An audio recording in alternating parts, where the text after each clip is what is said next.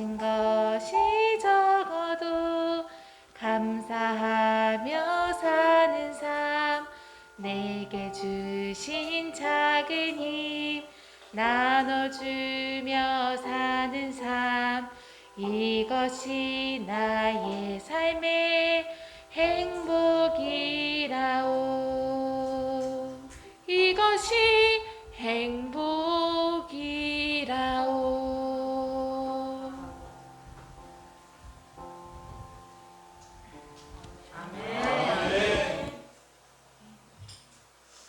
오늘은 예수님의 비유 15번째 시간으로 포도원 농부 2번째 시간입니다. 제목으로 나는 참 포도나무, 무너진 성전과 제3성전이라는 제목으로 주님께서 주신 말씀 함께 묵상하는 시간 갖도록 하겠습니다. 예수님께서는 나는 참 포도나무다라고 말씀하셨는데 그 말씀의 의미가 실제로는 굉장히 심오합니다. 심오한데 우리는 그냥 예수님은 참 포도나무다라고 이렇게 이해만 하고 넘어가는데 그 예수님이 하신 그 말씀에 담겨진 그 깊은 의미, 종말적인 의미들을 함께 살펴보는 시간 갖도록 하겠습니다. 그래서 두 가지를 살펴볼 텐데요. 사람들은 이 세상이 주변 사람들이 나 중심으로 내 뜻대로 움직여지기를 원합니다. 그래서 그대로 안 되면 답답해하죠, 사람들이. 유대인들도 그렇게 생각했습니다. 자기 나라 중심으로, 유대인 중심으로 세상이 움직여지기를 그들도 원했죠. 그러나 예수께서는 아버지가 포도원 농부시고 나는 참 포도나무라고 말씀하시면서 내게 붙어 있어야지 열매를 맺는다 이렇게 말씀하셨어요. 열매는 결과예요, 결과. 삶의 결실들이 맺혀질 수 있다. 어떤 사람이 이 세상이 내 중심으로 움직여지면 뭐가 생길 것처럼 우리가 생각하기 때문에 그렇게 자기 중심으로 살아가는데 예수님은 그게 아니라 참포도 나무인 내게 붙어 있어야지 너희들의 삶에 결실, 열매들이 맺혀진다라고 그렇게 말씀하신 것입니다. 이 말씀은 그냥 예수님을 믿어라라는 그런 말씀 그 이상의 의미들이 실제로는 있어요. 이 말씀은 영적 제3성전에 관한 말씀이었습니다. 살펴볼 거고요. 내게 붙어 있어라는 이 말씀은 새로운 성전의 백성이 되기 위해서 필요한 그 조건을 말씀하신 것입니다. 예수님께 붙어 있는 그 사람만 하늘 성전의 새로운 성전의 백성이 된다라고 그렇게 말씀하십니다. 여러분은 어떤 나무를 좋아하시나요? 자신의 인생을 나무에 비유하면 여러분은 어떤 나무가 어울리실까요? 기름으로 하나님께 기쁨을 드리는 감람나무, 올리브나무가 있었어요. 높은 곳에서 매우 단 열매를 나는 종려나무까지 종려나무 열매가 있었고요. 왕관과 같이 꽃이 왕관 모양으로 나타나죠. 그리고 붉은 보석들, 붉은 열매들을 속에 품은 그 석류나무 열매도 있었는데 이스라엘 사람들에게 여러 나무들이 있었지만 최고의 나무는 무엇이었을까요? 우리 요엘서 1장 12절에 보면 여러 나무들이 언급이 되는데 포도나무가 시들었고 무화과나무가 말랐으며 석류나무와 대추나무와 사과나무와 밭의 모든 나무들이 다 시들었으니 이러므로 사람의 즐거움이 말랐도다 라고 얘기하는데 이 장면에서 그 이스라엘 지경에 심겨진 나무들의 종류들이 다는 아니지만 중요한 나무들이 언급이 되는데 제일 먼저 언급되는 나무가 무슨 나무예요? 포도나무예요. 그 열매들이 맺혀진다는 것은 무엇을 의미하냐면 그 농부에게 기쁨이 된다라는 뜻이에요. 즐거움이 된다는 것입니다. 우리 인생이 하나님 앞에 기쁨이 되고 즐거움이 되기 위해서는 우리 인생을 심으신 그 뜻이 이루어지게 될 때, 열매가 맺혀지게 될 때 하나님께서 기뻐하시고 즐거워하신다라는 그런 말씀입니다. 그래서 제일 먼저 언급되는 나무가 포도나무예요. 제일 중요한 나무이죠. 그래서 포도나무는 포도원 농부이신 하나님께 즐거움이었다라는 것입니다. 요한복음 15장 1절로 3절 말씀, 다 같이 1절 말씀만 봉독 함께 하도록 하겠습니다. 나는 시작. 나는 참포도나무요 아버지는 농부라. 물은 내게 붙어 있어 열매를 맺지 아니하는 가지는 아버지께서 그것을 들어주시고 무릇 열매 맺는 가지는 더 열매를 맺게 하려 그것을 깨끗하게 하시느니라. 여기까지 봉독합니다. 그래서 아버지께서 포도원 농부이신 아버지께서 그 가지를 우리 성경엔 잘라버리시고 이렇게 돼 있는데 지난 시간에 그 의미들을 살펴보았죠. 잘라준다라는 말씀이 아니고 들어준다, 깨끗하게 해준다. 그래서 열매 맺도록 땅에 기어가는 가지도 하나님을 향해서 즐거움이 되도록 열매 맺도록 들어주시는 분이 하늘 아버지, 농부이신 아버지시다라고 말씀하시는데, 그러면 예수님은 어떤 분이신가라고 말씀하냐면 나는 참포도 나무다라고 그렇게 말씀합니다. 그래서 그분께 붙어있는 가지마다 그분께 신령한 힘을 얻어서 열매 맺게 된다라는 것입니다. 여러분, 이것을 경험하시게 되기를 진심으로 축복합니다. 예수님께 붙어있는 가지마다 하나님을 기쁘시게 하는 참된 열매를 맺을 수 있다라고 예수님이 그렇게 말씀하셔요. 예수님과 그래서 실질적인 관계를 갖는 사람만이 열매를 맺게 된다라는 것입니다. 예수님과 어떤 관계요? 실질적인 관계, 진짜 관계, 생명의 관계, 언약의 관계에 들어가신 그 분만, 실질적인 관계를 갖는 그 사람은 반드시 열매를 맺게 된다. 왜냐하면 자기 힘으로 열매 맺는 게 아니고요, 누구의 진액을 받아서 열매를 맺어요? 참 포도나무이신 예수 그리스도로부터 생명의 진액을 얻어서 열매를 맺기 때문에 육신의 열매를 맺는 것이 아니라 영의 열매를 맺는 것이요, 썩을 열매를 맺는 것이 아니라 영생하는 열매를 맺도록 하나님께서 그렇게 아들을 보내주시고, 예수님은 내게 붙어 있으라라고 주님께서 그렇게 말씀하셨습니다.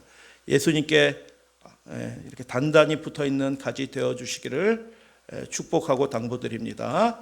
어떻게 하는 것이 그러면 예수님께 붙어 있는 건가? 예수님이 계시면 내가 1m도 안 떨어지고 졸졸졸졸 따라다닐 텐데 어떻게 하는 게 예수님과 실질적인 관계를 갖는 것인가? 예수님이 이렇게 이미 말씀하셨어요. 내가 너희에게 일러준 그 말을 잘 듣고 순종하는 사람들, 그 사람들이 그 말씀 때문에, 여러분 우리 행동이 바뀌잖아요. 삶의 방식들이 완전히 새로워져요. 어떻게 그렇게 새로워지던가요? 내 생각 안에서는 새로운 것이 나올 게 없어요. 외부에서 바깥에서 다른 그 무엇, 새로운 무엇이 우리 마음속에 들어갈 때야 비로소 내 생각이 바뀌고 행동 방식과 삶의 열매들이, 바뀐 열매들이 맺혀지게 된다는 것입니다. 그래서 주님의 말씀을 듣는 것은 굉장히 중요한 일입니다. 예수님의 말씀을 들을 때 비로소 실질적인 관계를 예수님과 갖게 된다는 것입니다. 이 세상 사람들은 둘 중에 하나에 붙어 있어요. 어떤 사람은 세상에 붙어 있습니다. 세상에 붙어 있으면 세상으로부터 뭐 얻어요. 근데 바울은 뭘 얻는다고 얘기하냐면 썩을 것 얻는다라고 얘기합니다. 그게 좋아 보였지만, 세상에 붙어 있어서 세상을 추구하면서 세상 것을 얻었지만 하나님의 눈에 보기에는 그것이 무엇이냐면 썩을 것 얻은 것입니다. 그러니까 낭비한 거예요. 시간을 낭비하고 삶을 낭비하고 주님께서 피값으로 사서 주신 이 생명을 엉뚱한 데 쏟아버린 것입니다. 그러나 어떤 사람은 예수님께 붙어 있습니다. 예수님께 붙어 있으면 예수님으로부터 하늘 생명의 것을 얻게 된다라는 것입니다. 실제로 미국에서 있었던 일입니다. 어떤 부자가 죽으면서 유언을 남겼어요. 그런데 자기가 키우던 강아지에게 1,560억을 상속해 줬습니다. 강아지한테 1,560억을 상속해 줬는데 아들이 하나 있었어요. 근데 아들한테는 100만 달러, 11억을 상속해 주었습니다. 그러니까 아들이 이게 뭐냐 도대체, 내가 걔보다도 못잖아. 150대 1에 걔가 150배 더 중요한 겁니다, 이 사람. 그러니까 법정 소송을 해가지고 이거 부당하다, 그 강아지한테는 1,560억 주냐라고 소송을 해갖고 재판장에서 이렇게 소송이 이제 벌어졌는데, 이 고인이 된 아버지가 이런 일이 벌어지면 이 비디오를 틀어주세요 하고 유언을 비디오로 찍어놨어요. 이거 틀어주세요 하고, 그런데 뭐라고 얘기하냐면, 비디오를 틀어줬어요, 판사가. 혹 아들이 이 조건에 대해서 불평을 하거든 1달러만 상속합니다, 이렇게 딱 남겨놓은 겁니다. 1,000원 상속하고 말았습니다. 왜 그랬을까요? 그 아들은 아버지와 실질적인 관계를 하나도 갖지 않았습니다. 11억 준 것도 아버지가 은혜로 준 겁니다. 판사가 물어봅니다. 아버지가 돌아가시기 전에 아버지가 즐겨 드시던 음식이 뭡니까? 아무런 대답을 못합니다. 1년에 아버지 몇 번 찾아가 보셨습니까? 아무런 대답을 못합니다. 아버지의 생일이 언제입니까? 그것도 대답을 못합니다. 아들이었지만 아들이 아닌 겁니다. 그 아들은 아버지와 아무런 실질적인 관계를 갖지 못했습니다. 포도나무가 상징하는 것이 있었습니다. 유대인들에게 포도나무, 예수님이 나는 참 포도나무라고 얘기하시는데 그게 우리식으로 이해하시면 안 되고요. 유대인들의 입장에서 그 예수님의 말씀을 이해하면 그건 충격적인 말씀입니다. 이사야 27장의 말씀을 보면 나 여호와는 포도원 지기가 됨이며, 예수님이 이 말씀을 인용하신 겁니다. 나 여호와는, 하나님이 뭐가 된다고요? 포도원 농부가 된다라고 말씀하십니다. 때때로 물을 주며, 누가 주신 거예요? 하나님이신 분이 그 포도원에 물을 주신 것입니다. 밤낮으로 간수했어요. 누가 그렇게 돌봐주신 것입니까? 하나님이 그렇게 돌봐주신 것입니다. 자기 혼자 산 것이 아니라 우리 혼자 힘으로 이렇게 살아가는 게 아니에요. 믿으시면 아멘? 여러분이 여러분 힘으로 살아간다고 생각하시는 분은 하나님과 아무 상관이 없는 분들이에요. 우리를 밤낮으로 돌봐주시는 분이 계시다. 할렐루야, 아멘? 그 분 때문에 우리가 살며 기도하며 있는 것입니다. 아무든지 이를 해치지 못하게. 여러분, 우리가 사고 안 당하고 별일 안 당하게 된 게 내가 운전 잘하고 내가 힘이 세가지고 사고 안 당한 걸까요? 하나님이 천사를 통해서 우리를 지켜주신 것입니다. 믿으시면 아멘? 아무든지 이를 해치지 못하게 하리로다. 하나님이 그렇게 지켜주시고 돌봐주시고 물을 주셨어요. 하나님이신 분이. 이 말씀을 가지고 요한복음 15장 첫 절에서 나는 참 포도나무요 아버지는 포도원 농부시다라고 말씀하셨는데, 근데 포도나무가 무엇을 상징하냐면, 무엇을 상징한다고요? 이스라엘을 상징합니다. 시편 80편에 보면 주께서 한 포도나무를 애굽에서 가져다가 민족들을 쫓아내시고 그 가나안 7족속들을 쫓아내셨잖아요. 이스라엘 사람이 전쟁을 잘해서 이겨가지고 쫓아낸 거네. 그죠? 아멘? 하나님이 이기게 해주신 것입니다. 그들이 뭐 전술 경험이 있어요? 전쟁 경험이 있어요? 아무것도 없어요. 그들이 무기가 탁월해요? 아무것도 없습니다. 하나님이 이기게 해주셔서 그 땅에 심어주신 분은 하나님이신 것입니다. 근데 예수님이 뭐라고 말씀하시냐면 주께서, 하나님이 한 포도나무, 누구예요? 이스라엘을 그 땅에 내가 갖다 심었다라고 얘기해요. 만군의 하나님이여 구하옵나니 돌아오소서 하늘에서 굽어보시고 이 포도나무 누구예요? 이스라엘이에요. 그래서 예수님이 참 포도나무다라고 얘기할 때 아닌데 포도나무는 우린데? 라고 이스라엘 사람들은, 그 말씀을 듣는 사람들은 그렇게 생각하는 거예요. 유대인들은 예수님이 포도나무라고? 이게 무슨 뜻이야? 이사야 5장 3절에 보면 유명한 성경절이죠. 땅을 파서, 누가 파신 거예요?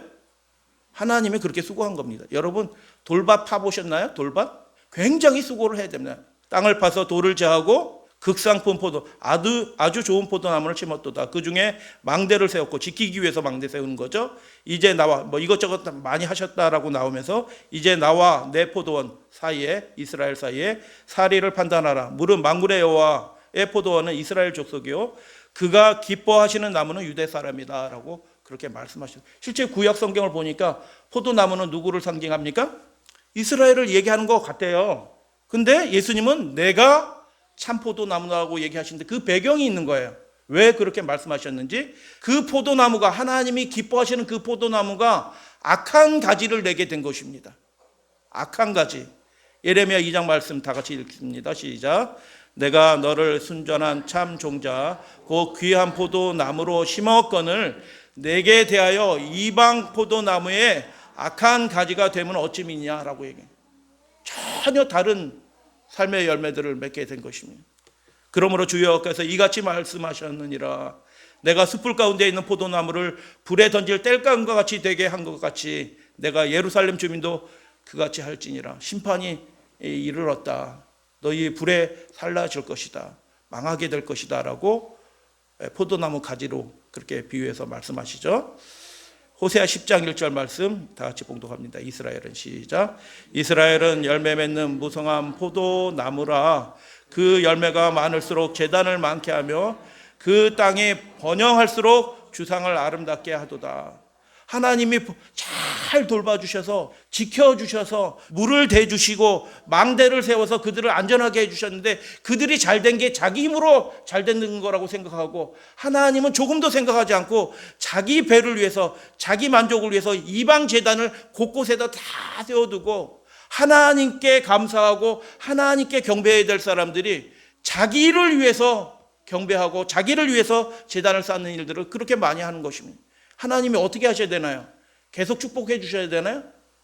그래서 하나님이 그 열매를 많이 맺게 하는 그 일들을 멈추십니다. 돌보시는 일을 멈춰요. 돌보는 그 일을 멈추는 순간부터 포도나무는 망가집니다. 바로 망가지기 시작합니다.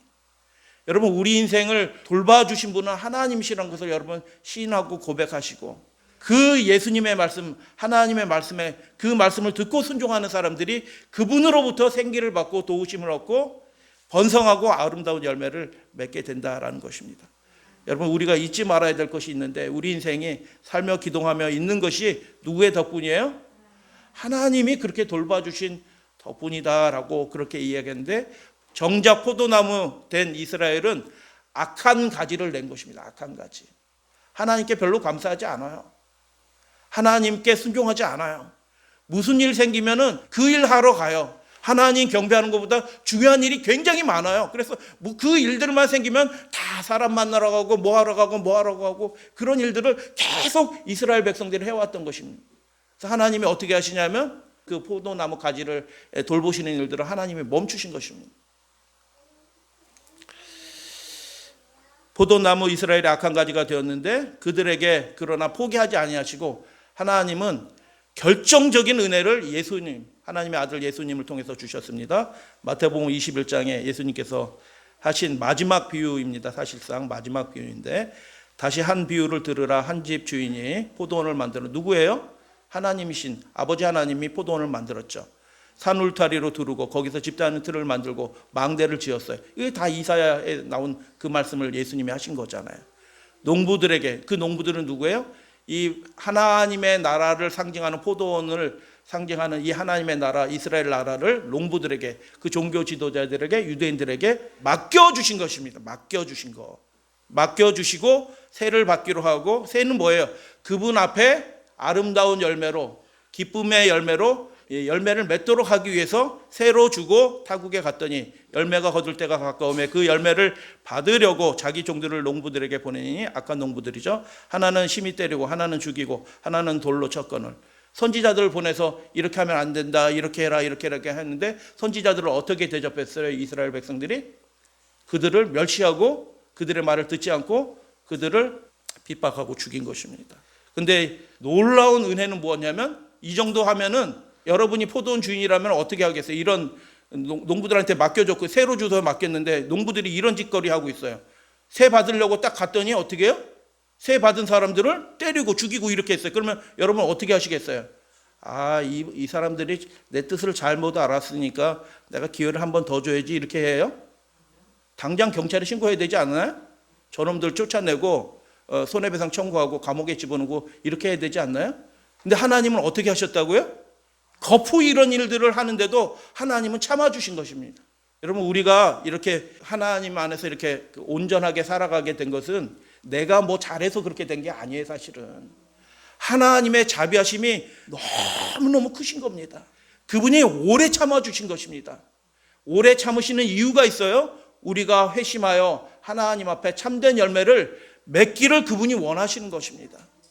그래서 오래 참아주시고, 그리고 결정적인 은혜를 주시는데 뭐라고 얘기해요? 이런 사람은 없어요. 이런 주인은 없단 말이에요. 종들을 이렇게 보냈으면 벌써 군대를 동원해서 그 악한 종들을 다 말살시켜버려야 되는 건. 근데 하나님은 말살시키는 대신 어떻게 해요? 이제 아들을 홀로 보냅니다. 아들을 보내니까 그 악한 포도 농부들이 어떻게 했대요?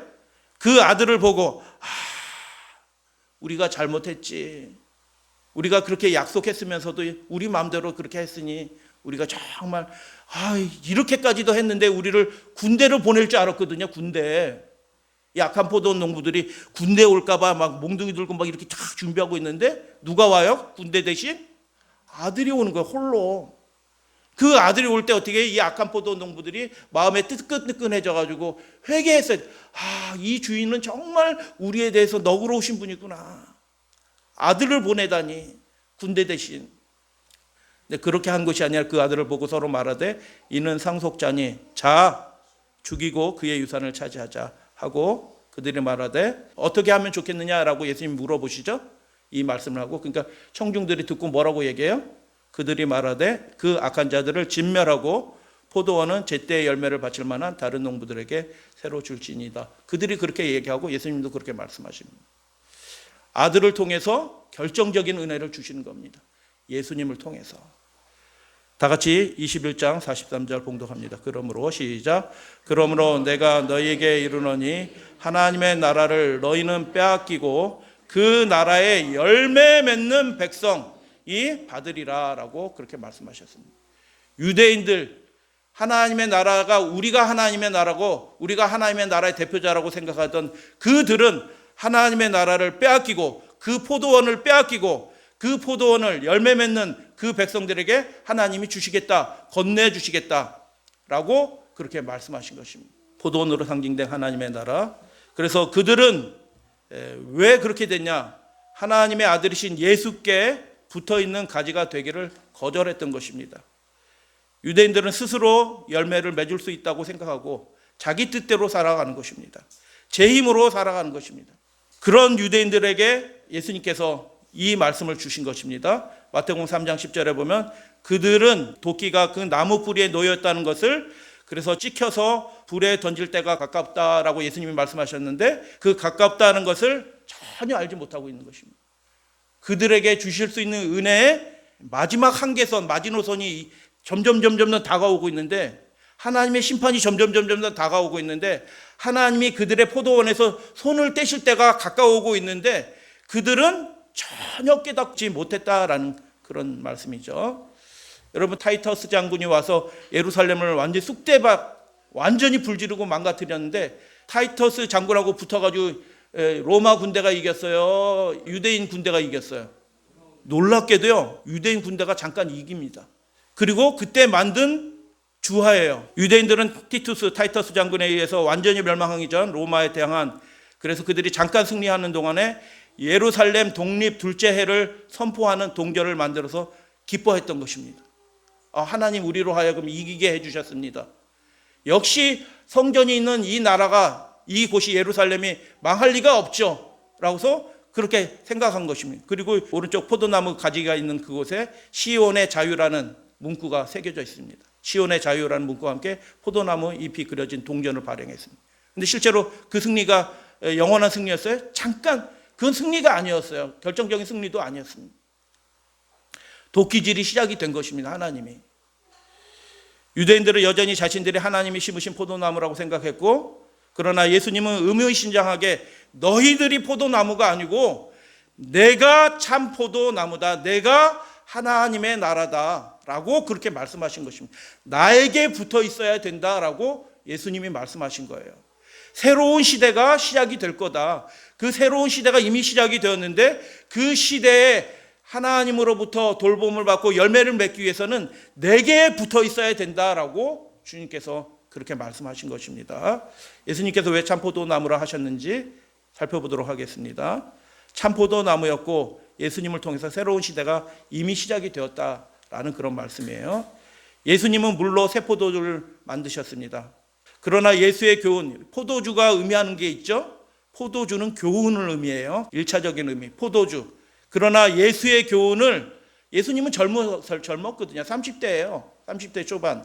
그 젊은 랍비가 가르치는 그 교훈을 멸시한 것입니다. 젊은 사람이 뭘 알아? 젊은 랍비가 가르치는 새 포도주라고 배척했고 그 대신 그들이 하는 말이 있는데 누가복음 5장에서 묵은 것이 좋다라고 얘기해요. 이게 무슨 뜻이에요? 새 교훈을 가르치는 예수의 그 교훈 필요 없다. 우리는 예전부터 가르쳐온 그 전통에 따라서 우리 그게 제일 좋다. 우리의 취향에 맞는 건 그거다라고 그렇게 얘기하는 것입니다. 변화를 거절한 것입니다. 여러분 주님께서 말씀하시면 바꿀 의향이 있으시나요? 그러신 분만 그분께 연결이 되어 있는 것입니다. 예전 것이 좋다. 나는 예전에 아는 대로 그대로 나 신앙생활 할 거야 라고 하는 사람들은 예수님께로부터 단절된 것입니다. 나는 우리 교단의 전통이 좋아 라고 하면서 예수님의 말씀을 거절하는 것입니다. 사람의 계명으로 그래서 교훈을 삼아 가르치니 나를 어떻게 경배한다고요? 헛되게 경배. 여러분 우리는 어떤 교단 소속의 사람들이 아니에요. 믿으시면 아멘? 우리가 어떤 교단 소속의 사람이 되는 것이 중요한 것이 아니에요. 예수님께 정말 붙어있는 가지가 되는 것이 그게 핵심인 것입니다. 근데 어떤 사람들은 나는 이 교단이 좋아. 어떤 사람은 이 교단이 좋아. 교단 소용. 나는 그 목사님이 좋아. 아무 소용이 없는 것입니다. 그 사람은 이미 하나님이 그 도끼를 그 나무 뿌리에 갖다 대고 계신데도 나는 안 망해. 왜요? 나는 예수님 믿는데 내가 망할 일이 어디 있어? 라고 생각하는 유대인들의 착각, 거대한 착각에 빠져 있는 것입니다. 심판이 곧 이제 닥칠 텐데 나는 예수님 믿는데 무슨 상관이 있어? 하고 거짓 확신에 떨어지게 된 것입니다. 유대인들이. 예수님은 이렇게 말씀하셨습니다. 새 포도주가 부대를 터뜨려 포도주가 쏟아지게 될 것이다 라고 얘기하는 거예요. 새 포도주는 뭐예요? 예수님의 그 교훈이에요. 천국 말씀이에요. 진짜 진리의 말씀이에요. 그 부대는 뭐예요? 낡은 부대예요. 예전 전통을, 자신의 삶을 개혁하기를 거절하는 그 예전 습관을 그대로 유지하는, 그렇게 하나님을 예배하는 그 낡은 부대를 터뜨려 그들이 망하게 될 것이다라는 예언의 말씀이에요. 예수님의 말씀을 쭉 자세히 살펴보면 그게 다 종말론적인 말씀이라는 것을 여러분 아시게 될 것입니다. 새 포도주의 비유가 그냥 뭐 예수님의 참 포도나무 새 포도주다, 이게 막연한 얘기 아니고 그들의 공동체가, 그 낡은 공동체가 옛것을 고집하는, 변혁을 거절하는, 개혁을 거절하는 그 공동체가 지금 위기에 닥쳐 있다라는 그런 말씀이에요. 새 옷을 입고 새 포도를 마시며 혼인잔치의 기쁨에 참여하는 사람들이 많이 있었습니다. 세리와 창기들과 죄인들이 예수님께 나와서 그 잔치에 참여하는 것입니다. 새 옷을 입었습니다. 새 포도주를 마십니다. 예수님의 교훈을 마십니다. 천국 백성이 됐다는 뜻이에요. 새 옷을 입었다는 것은. 혼인잔치에 그 기쁨에 참여하는 사람들이 그렇게 많은 것인데, 정작 많은 사람들이, 특별히 종교인이라고 하나님을 잘 안다라고 하는 사람들은 그 잔치에 참여하지 않은 것입니다. 기회는 계속 주어지지 않을 것입니다. 나는 참포도 나무여 너희는 가지이니라고 말씀하셨습니다. 예수님 자신이 하나님의 나라였고 혼인집 신랑이신 그분을 대적하며 끝까지 회개를 거절한 유대인들은 새 포도주가 낡은 가죽 부대를 터뜨리듯이 할 것이고, 예수님께 붙어있지 않은 가지가 말라 불에 태워지는 것처럼 그들이 심판을 당하게 될 것이다 라는 예수님의 말씀이었어요. 예수는 자신을 하나님이 심으신 참포도 나무라고 하셨고요, 동시에 자신을 무엇이라고 말씀하셨는지 살펴보도록 하겠습니다. 요한복음 2장에 예수께서 다 같이 봉독합니다. 시작. 예수께서 대답하여 이르시되 내가 사흘 동안에 일으키리라. 유대인들이 이르되 이 성전은 46년 동안 지었거늘 내가 3일 동안에 일으키겠느냐, 여기까지 하더라라고 그렇게 얘기합니다. 21절. 그러나 예수는 성전된 자기 육체를, 예수님 자신이 성전이다라고 그렇게 말씀하신 것입니다. 예수님 자신이 유대인들이 포도나무로 상징된 것은 구약시대에 그렇게 됐지만 실제 참 포도나무는 그 하나님의 나라 자체이신 예수님이시다라고 그렇게 말씀하시는 것입니다. 이스라엘 예루살렘에 성전을 지어주셨지만 진짜 성전 그 자체이신 분은 누구이시다? 오실 자 하나님의 아들 예수님이시다라고 그렇게 말씀하신 것입니다. 예수님 자신이 성전이셨고요. 그러나 그들은 그 성전을 어떻게 합니까? 참된 성전인 그 성전을 무너뜨립니다. 누가 무너뜨려요? 하나님을 믿노라라고 하는 사람들이 참된 성전을 스스로 무너뜨리는 것입니다. 3일 만에 다시 세워진 성전은 그래서 제2성전, 제1성전은 솔로몬 성전이에요. 제2성전은 다시 회복된, 바벨론에서 돌아와서 다시 지은 스룹바벨 성전, 헤롯 성전은 그 연장선상에 있어서 헤롯 성전은 제2성전입니다. 그러면 다시 세워진 이 성전은 그래서 제사와 예물을 폐하실 것이고 제2성전을 대체하는, 성전에는 누가 들어갈 수 있어요? 할례 받은 사람만 들어가요. 누구만 들어가요? 유대인만 들어가요. 여자 들어가요? 못 들어가요. 근데 이 성전, 제2성전을 대체하는 이 성전에는 누구나 다 들어가게 되는 것입니다. 할렐루야, 아멘. 이방인이나 헬라인이나 구별 없이 다 하나님의 은혜를, 성전은 뭐 하는 곳이에요? 하나님과 만나는 곳이에요. 그분의 임재를 경험하는 곳이에요.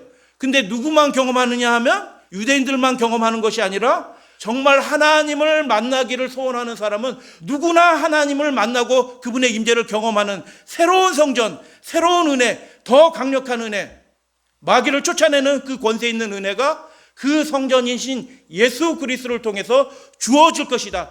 아무도 내게 오는 자는 내가 내어 쫓지 아니하리라 라고 예수님이 그렇게 말씀하셨습니다. 할렐루야, 아멘. 여러분, 우리가 예수님께 붙어 있는 가지가 되었습니다. 우리가 대단해서 붙어 있는 것이 아니라 그분께서 내게 오는 자는 그 누구도 내어 쫓지 않겠다라고 그렇게 말씀하셨기 때문에 붙여주신 것입니다. 그분의 생기를 받아서 참된 열매를 맺으라고 붙여주신 것입니다. 그래서 예수님이 이 말씀은 무엇을 의미해요? 예수님 자신이 그 영적 제2성전을 이제 완전히 대체하는 영적 제3성전이 될 것이라고 말씀하신 것입니다. 이르시되, 예수님의 십자가의 장면이에요. 그 죄인들이, 유대 관원들이 뭐라고 예수님을 조롱하는지 들어보십시오. 성전을 헐고 사흘에 짓는 자여, 내가 만일 하나님의 아들이거든 자기를 구원하고 십자가에서 내려오라 하며 조롱합니다. 그 의미는 하나도 깨닫지 못하고 그들에게 은혜 되어 주시기 위해서, 그들을 다시 살려주시기 위해서 오신 예수 그리스도를, 성전이신 분을 지금 헐면서 그들이 뭐라고 얘기해요? 성전을 헐고 사흘에 짓는 자여 하면서, 우리 마가복음 15장에는 지나가는 자들은 머리를 흔들며, 이거 아주 조롱하는 태도입니다. 아주 비아냥되는 태도를 하면서 예수를 모욕하여 이르되, 아하, 아이고, 성전을 헐고 사흘에 짓는다며? 라고 그렇게 얘기하시는 것입니다. 스스로 하나님의 나라, 나는 절대로 망하지 않아. 나 예수님 믿는데 내가 망할 턱이 있어? 나는 절대로 안 망해. 하나님의 성전이 이곳에 있는데 우리가 망할 턱이 있어? 절대로 안 망해. 라고 생각하고 있는 그들을 위해서 예수님은 우셨습니다. 그들의 멸망이 가까웠던 것입니다. 그들은 변화되었어야 돼. 철저하게 변화되었어야 됩니다. 그들은 회개했어야 돼요. 하나님의 말씀에, 그분의 계명에 온전히 순종하는 그 습관을, 그 온전한 헌신들을 빨리 회복했어야 돼요. 근데 그 일들을 자꾸 미루고 은혜 되어 주시기 위해서는 그분을, 성전이신 그분을 그들은 허물어버리는 마귀의 죄악에 참여하게 되었습니다. 예수님이 자신의 고통을 위해서, 자신의 그 십자가 때문에 예수님이 두려워서 떨어서 우신 것이 아니라 그들이 당할 그 하나님의 진노와 심판을 바라보면서 그들을 위해서 예수님은 우셨던 것입니다. 유대인들은 자신이 하나님이 심으신 나무라고 생각했고 결코 망하지 않을 것이라고 믿었습니다. 안타까운 믿음이고요, 아무런 결실이 없는 허황된 믿음인 것입니다. 그럼 이 마지막 시대도 그런 믿음을 우리가 가지면 절대로 안 될 줄로 믿습니다. 분노한 로마 장군, 그 타이터스 장군이 와서 한 그 일들이 기록이 되어 있어요. 갈릴리 바다가 피바다가 되었다고 합니다. 예루살렘만 망한 것이 아니라 그 유대 모든 지경이 완전히 쑥대밭이 된 것입니다. 예수님은 바라보고 피하라라고 얘기하신 것입니다. 우셨습니다. 사회가 시체로 가득 채워졌다라고 얘기합니다. 예루살렘은 돌 위에 돌 하나도 남기지 않고 완전히 다 무너지게 되었습니다. 유대인들이 망하게 한 완전한 거짓 확신이 오늘날 교회에 가득합니다. 여러분, 이 시대의 교회가 주여 주여 하면서 예수님을 믿고 있다고 하지만 지금 이 시대에 가르치는 교훈을 보면 망하게 하는 거짓 확신에 완전히 가득 차 있습니다. 경건의 모양은 있지만 경건의 능력은 부인하는 그런 멸망의 세대가 이미 시작이 되었습니다. 참된 믿음을 갖기 위해서는 여러분, 예수님께로 우리가 돌아가셔야 됩니다.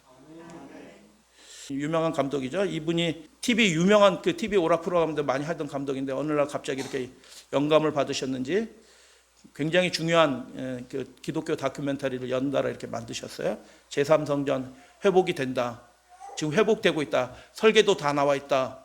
어디 지을지도 다 결정이 되어 있다. 뭐 이렇게 이야기하시는 분이에요. 그리고 이분 얘기가 뭐 상영이 된 다음에 전 교회를 휩쓸고 있죠. 제3성전 회복된다. 이미 적그리스도가 나타난다고, 그냥 곧 나타난다 뭐 하면서 제3성전 트럼프가 그렇게 할 것이다 뭐 이렇게 하는 사람도 있고 뭐 등등등 뭐 별 얘기들을 다 했습니다. 근데 그 이야기가 예루살렘 성전이 다시 회복이 되고 제3성전으로 지어지고 그곳에서 제사를 드리는 것은 아무런 의미가 없어요.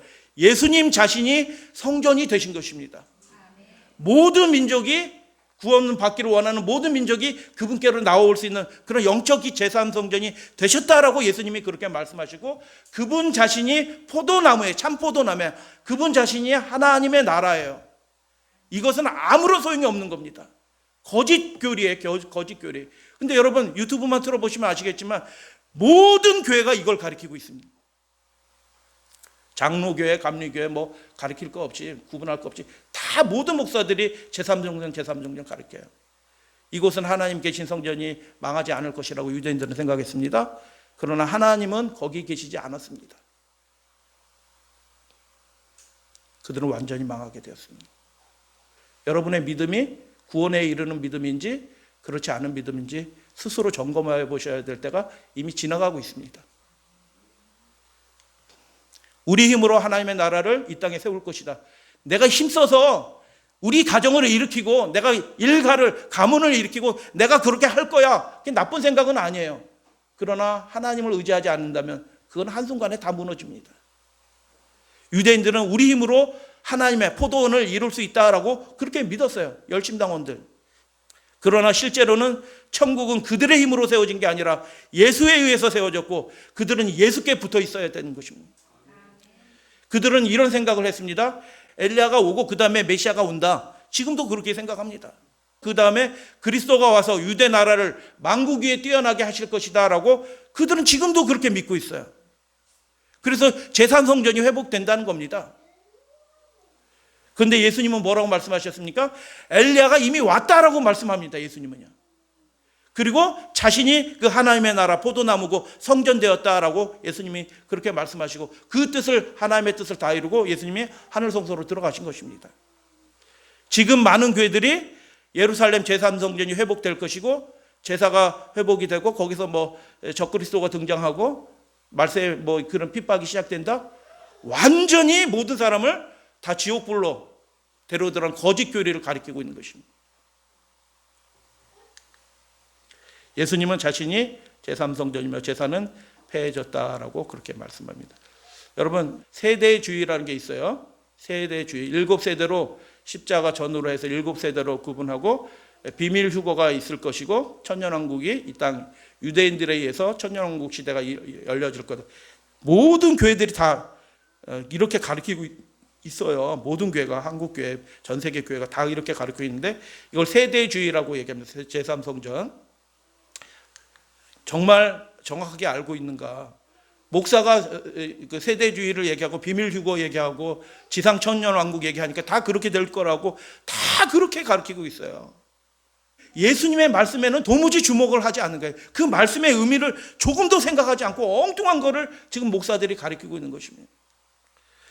오늘날 등장한 가장 강력한 두 가지 거짓말이 있는데 모든 교회를 다 휩쓸고 있는 거짓 성령 운동이 있는데 그게 오순절 운동입니다. 병 낫는다, 방언한다, 뭐 이런 것들이 다 거짓 성령 운동입니다. 세대주의, 가짜, 종말론에 관한 가짜 예언 운동이 일어났습니다. 세대주의, 20세기에 일어났어요. 미국에서. 그것들이 전 세계에 퍼졌습니다. 그 미국의 13장의 두 번째, 계시록 두 번째 짐승, 그 미국을 통해서 전 세계에 이 가짜 교리들이 퍼져나간 것입니다. 세대주의는 적그리스도가 미래에 있을 것이라는, 그래서 적그리스도인 로마 교회의 정체를 회피하기 위해서 누가 만들어낸 것이라고요?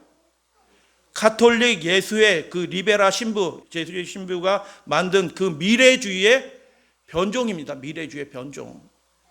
종교 개혁자들은 이런 걸 가르친 적이 없어요. 신기한 마귀의 교리가 등장한 겁니다. 그래서 제3성전과 제사가 회복된다는 것은 마치 유대인들이 엘리야가 온 다음에 그 다음에 그리스도가 온다고 믿었던 것과 같은 동일한 헛된 믿음입니다. 많은 교회들이 엉뚱한 믿음을 가지고 있고 비밀 휴거, 뭐 휴거 당한다고 얘기하고 뭐 이런 얘기들은 뭐 완전히 거짓말입니다. 이제 정리하는 말씀으로 예수님께 붙어 있어 하나님의 생명을 받는 백성들은 어떤 사람인가? 예수님께서는 너희가 이 성전을 헐라 내가 사흘 동안 일으키리라 라고 말씀하셨는데 에스라 5장 12절에 보면 이런 말씀이 있어요. 우리 조상들이 하늘에 계신 하나님을 어떻게 했다고요? 경노케 하였어요. 왜 경노케 했을까요? 순종하지 않았으니까. 하나님이 그들을 갈대아 사람 바벨론 왕 느부갓네살의 손에 넘기심에 그가 이 성전을 헐며 이 백성을 사로잡아 바벨론으로 옮겼다라고 에스라는 그렇게 말합니다. 이게 무슨 뜻이에요? 하나님의 진노가 성전을 그 죄악에 대해서 성전을 허는 것으로 나타납니다. 근데 실제로 적으로 해서 속죄의 사역을 통해서 이루어진 것은 어떻게 이루어졌냐면 하나님의 진노가 쏟아졌어요. 성전을 허물어요. 근데 허무는 그 성전이 어떤 성전이냐? 하나님이 죄인을 대신해서 아들에게 진노하신 것입니다. 할렐루야, 아멘. 하나님이 불순종하고 거듭 개혁을 거절하는 우리에게 진노하셔야 되는데 하나님이 그 아들에게 진노를 하신 것입니다. 아들에게 진노하시고 그 몸 성전이신 예수 그리스도의 몸을 찢어서 성전을 무너뜨리신 것입니다. 그 몸을 십자가에 달리시게 하심으로 성전을 허는 그 일들이 벌어진 것입니다. 하나님의 은혜인 것입니다. 할렐루야 아멘. 새로운 성전이 어떻게 세워졌습니까? 예수님의 몸이 무너졌습니다. 우리 인생이 무너지지 않았어요. 완고한 고집쟁이인 우리가 망하지 않았습니다. 예수님이 무너지고 그분의 영혼이 산산이 부서지는 그 십자가의 고난을 통해서 비로소 영적 제3성전이 세워지게 된 것입니다. 우리가 그분의 백성이 되었습니다. 하나님을 그분 안에서 만날 수 있게 되었습니다. 우리가 뭐 굉장한 일을 했기 때문에 그것이 아니라 그분이 그 고난 가운데 하나님의 저주의 전을 받으심으로 우리가 은혜로 세워진 그 성전에 예수님과 함께 들어가게 될 수 있게 된 것입니다. 할렐루야 아멘. 그래서 우리가 예수님 만나게 된 것은요, 전적인 그분의 은혜다라는 것입니다. 같이 한번 읽어보도록 하겠습니다. 신자들의 시작. 신자들의 믿음이 세워지기 위해서는 자아가 예수와 함께 부서지고 부활하신 예수와 함께 다시 세워져야 합니다. 그렇게 되시기를 바랍니다. 나는 참포도 나무여 내 아버지는 농부라. 내게 붙어 있어 더 열매를 맺게 하려 아버지는 우리를 위해서 지금도 물을 주시고 지켜주시고 일하시고 수고하시는 분이 계시다. 할렐루야 아멘. 열매를 맺으셔야 됩니다. 하나님을 기쁘시게 하는 산 열매를 맺으셔야 되는데 성전에서부터 우리 에스겔 47장 계시록 22장에 보면 생명수의 강이 흘러나오는데 어디서부터 흘러나와요? 성전에서 아버지 보좌가 있는 그 성전 안에서부터 생명수가 흘러나와요. 이 표상은 의미하는 게 무엇일까요? 성전 그 자체 대신 예수님으로부터 그 생수의 강이 흘러나온다라는 뜻이에요. 포도나무의 비유로 다시 재적용하면 뭐냐면 우리가 그 생명력을 어떻게 얻게 됐냐, 성전에 들어가면서 얻게 되는 것처럼 그분께 붙어있는 가지가 거룩한 생명력을 얻게 된다라는 그런 예수님의 말씀이에요. 포도원 농부 하나님은 아들을 못 박은 유대인들에게도 영적 제3전의 백성이 되도록 초청해 주십니다. 할렐루야 아멘. 아들을 못 박았는데도 그 사람들도 내 백성이 되라고 초청해 주십니다. 그 사건이 무엇이냐면 오순절 사건인데 안식년 제7년에는 파종하지 않고 나무를 다스리지 말라라고 그렇게 말씀하셨어요. 제7년에는 파종하지 말고 나무 다스리지 말라라고 말씀하시는데 그 열매, 자연이 자라나는 그 열매를 거류면 외국인들과 짐승들이 먹도록 허락하신 겁니다. 그러면 언제까지 나무를 돌보는 게 시한이, 마지막 시한이 언제예요? 나무를 언제까지? 1월 1일까지? 제7년이면 1월 1일까지 딱 12월 30일까지 딱 하고 그 다음부터 안 하는 건가요? 그 포도나무 가지를 돌볼 수 있는 마감 시한이 언제나요? 7월? 예, 그 나무를 돌볼 수 있는 최종 시한은 오순절이었습니다. 오순절 전날까지, 유대력으로 3월 15일 그 전날까지 포도나무 가지를 돌보고 그 이후로 맺는 것들은 다 이방인들이 먹을 수 있도록 그렇게 하신 것입니다. 최종 시한이 오순절이었어요. 그래서 포도원 농부신 하나님은 오순절 그 이른비 성령 사건을 통해서 예루살렘과 온 유대 백성들에게 결정적인 은혜를 주신 것입니다. 할렐루야 아멘. 그들에게 아들을 십자가에 못 박은 그들에게 하나님은 그 즉시로 은혜를 끊어버리지 아니하시고 그들에게 강력한 은혜, 더 큰 은혜를 주시기로 작정하시고 오순절날 결정적인 은혜를, 그래서 예수님이 그 포도원을 마지막으로 돌볼 수 있는, 하나님이 돌보시는 때가 어디예요? 오순절 사건입니다. 그게 은혜 시기의 끝입니다. 준비된 사람들은 그때 은혜 받고 돌아와야 되는 것입니다. 6월절 금요일날 성전이 무너지고 안식일을 지내시고 6월절 초실절 성전 재건일이고 40일 동안 나타나셨고, 안식일날 승천하시죠. 갈릴리에서 나타나시고 안식일날 승천하시고 하늘로 올라가신 다음에 7일 동안 위임식 하시고요. 제8일날 무슨 일이 벌어지냐면 제8일 첫 제사를 드리는데, 첫 제사를 드릴 때 이 땅에서 벌어지는 일이 뭐냐면 베드로가 설교할 때 그들이 120명의 사도들이 성령을 받고 하늘 성전이 작동하면서 50일째 되는 날에 성령이 예수님의 제사를 받으신 하나님이 이 땅의 동시사건으로 3월 6일 오전 9시에 성령이 내리심으로 하나님의 나라가 계시된 것입니다.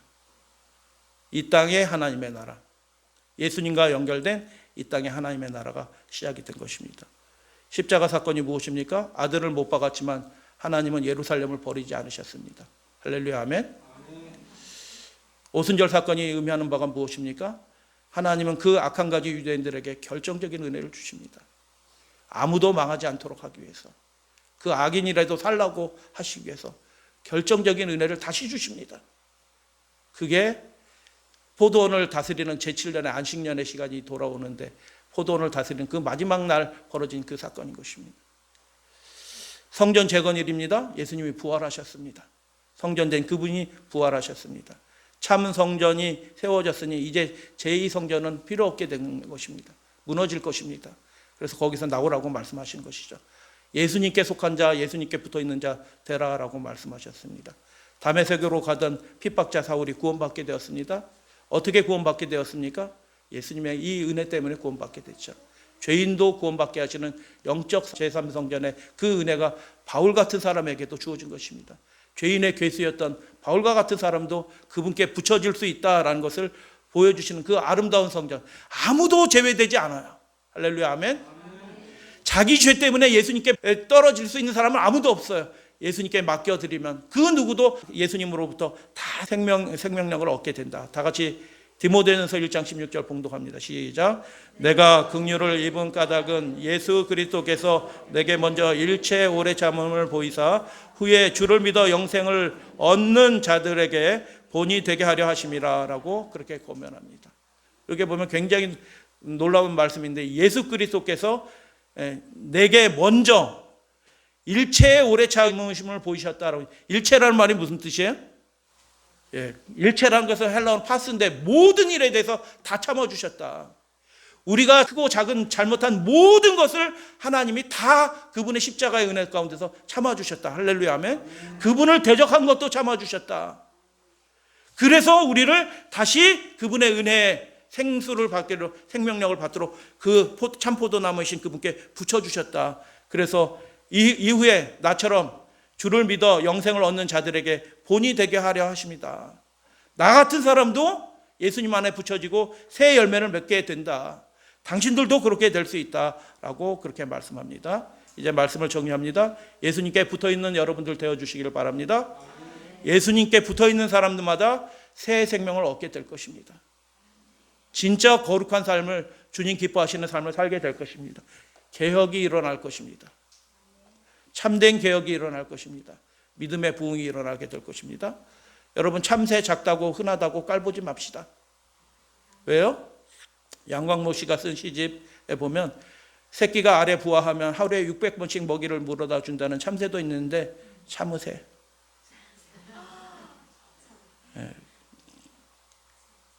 예수께 붙어 있으면 하늘의 생기를 받게 되면 우리가 우리의 삶에 결정적인 어떤 변화들이, 참된 변화와 부흥들이 있게 되는데 무엇입니까? 어떤 목사님이, 가난한 교회 목사님이신데 지하실에 방을 얻어서, 학교가 주변에 있는데 그 여학교 학생들이, 이 학교 저 학생들이 학교 가기 전에 학교하고 나서 그 골목에 있는 그 지하실 그 교회로 내려가는 길에 와가지고 담배를 그렇게 피워야 되는 겁니다. 그래서 교회 가보면은 교회 계단에 이 침을 얼마나 많이 뱉어놨는지, 침이, 담배 피고 침을 이만큼 뱉어놓은 거예요. 어우, 구역질나. 담배 공치가 수두룩한 겁니다. 이 자식들이 이거, 여기 교회라고 써진 거 안 보이나? 이 자식들이 어떤 놈들이 아니죠? 이것들이 이 생각이 들 거잖아요. 근데 목사님 기도하셨어요. 하나님 어떻게 알고 원하십니까? 그러니까 그분 안에서 이 사람도 하나님이 사랑하는, 애들도 사랑하는 애들이라 그래가지고 매일 와서 그 짓 하는데 그걸 다 일일이 치우면서 하다가 어떻게 해요? 거기에다가 대를 하나 만들어 놓고 과일 갖다 놓고 과자 갖다 놓고 뭐라고 써서 붙여놨냐면, 여러분 환영합니다. 이 계단에 온 여러분은 이미 우리 교회 식구들입니다. 편히 쉬었다 가시고 과일 먹고 사탕 가지고 친구들한테도 이 과자 나눠주시고, 계속 매일 그 멘트 이렇게 해주면서 매일 갖다 주면서 이렇게 해서 하고, 휴지 침 그냥 뱉지 말고 가능하면 여기 휴지 있으니까 휴지를 사용해 주세요. 시험 볼 때는 중간고사 잘 보세요. 기말고사는 기말고사 잘 보세요. 막 이렇게 하는데 그렇게 계속 하니까 얼굴도 모르는 개들이 이제 쪽지를 남기는, 목사님 감사합니다. 시험 잘 보겠습니다. 저희들이 청소 잘 하겠습니다. 그 다음부터 애들이 청소를 깨끗하게 해 가는데 그게 1년 지나고 2년 지나고 하는데 이 교회가 가난한 교회라. 근데 이 학생들이 그 교회에서 무슨 일 하는데 이 학생들이 건축원금을 약정했어요. 18명인가 되는데 18명의 그 담배 피는 그 꼴초 여학생들이 건축원금을 약정했는데 얼마 한 사람당 1억씩 해서 18억을 약정했습니다. 학생들이 뭔 돈이 있어요. 근데 그거 드렸을까요? 말았을까요? 드리게 되었다는 겁니다. 그 학생들이 다 교인되고 물론 이 본교회는 아니고 주변 교회 다 그 사역을 감당하는 주님의 제자들이 되고 그렇게 됐다는 거예요. 어떻게 이렇게 될 수 있었을까요?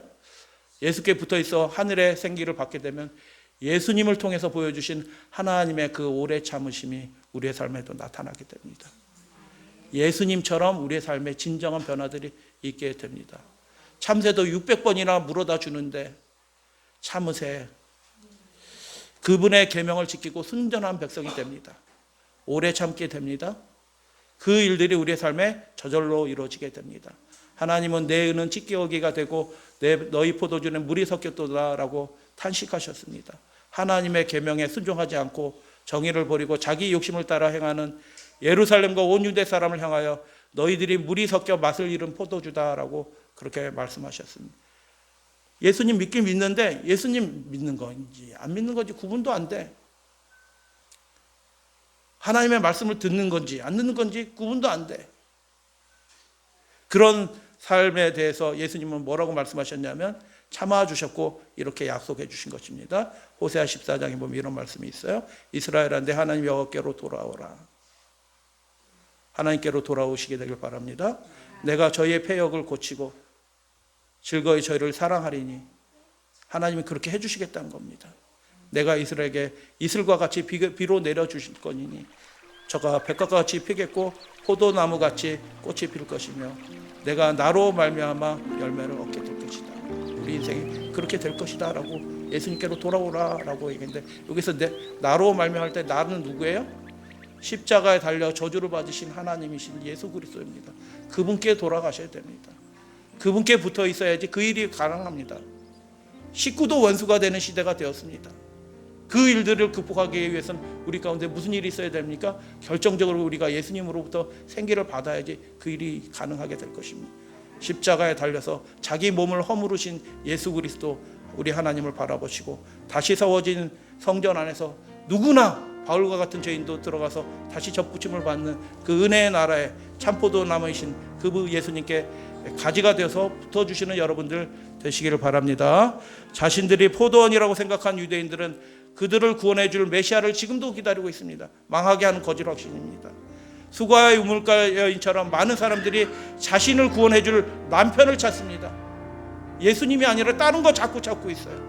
그것만 얻으면 내가 성공할 텐데 라고 생각하는 엉뚱한 거 찾고 있습니다. 구원의 능력이 없는 것들을 자꾸 찾아다니는 것입니다. 예수는 내게 붙어 있어야 된다라고 말씀합니다. 생기를 받는 그 가지가 비로소 그때야 열매를 맺는다고 예수님이 그렇게 말씀하셨습니다. 예수님과 실질적인 관계를 갖게 되기를 주님의 이름으로 축복합니다. 변화가 있게 됩니다. 모든 이에게 필요하신 분은 바로 예수님이신 것입니다. 이 세상의 것이 아니라 예수님을 구하시게 되길 바랍니다. 예수님이 생명의 참 포도나무고 예수님이 제3성전이기 때문입니다. 내게 붙어 있으면 열매를 맺게 해주신다고 하나님이 약속해 주셨습니다. 그분과 실질적인 관계를 가지시게 되길 바랍니다. 우리 삶의 결실이 맺혀지게 될 것입니다.